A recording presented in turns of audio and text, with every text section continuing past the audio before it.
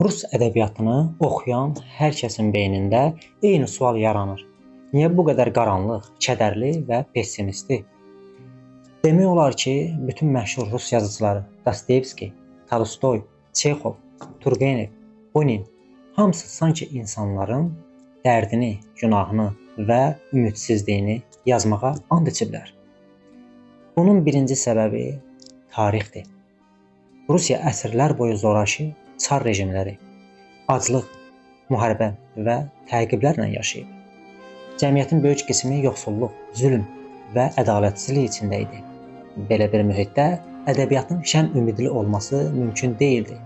Rus yazıçısı şənlik yox, ağrı yazmağa məcbur idi. İkinci səbəb din və fəlsəfədir. Rus ədəbiyyatı pravoslavlığın günah, tövbə, əzab və bağışlanma ideyalarını çox güclü şəkildə daşıyır. Dostoyevskidə qəhrəmanlar niyə daim əzab çəkir? Çünki onun fikrincə insan ancaq ağrı ilə təmizlənə bilər. Ədəbiyyat da ağrını insanı dəyişdirən qüvvə kimi göstərir. Üçüncü səbəb iqlim və coğrafiyadır. Bəzi tədqiqatçılar deyir ki, uzun, soyuq və qaranlıq qışlar insanların psixologiyasına təsir edir. Şimalın sərt təbiəti ədəbiyyatın ruhuna da hopur. Məsələn, Çexovun hekayələrində insan həyatının ümidsizliyini sanki dumanın içində görürük. Dördüncü səbəb isə Rusiyanın böyük suallara olan həvəsidir. Rus yazıçısı adi məhəbbətdən, gündəlik həyatdan daha çox insan kimdir, Allah varmı, həyatın mənası nədir kimi ağır mövzulara girir.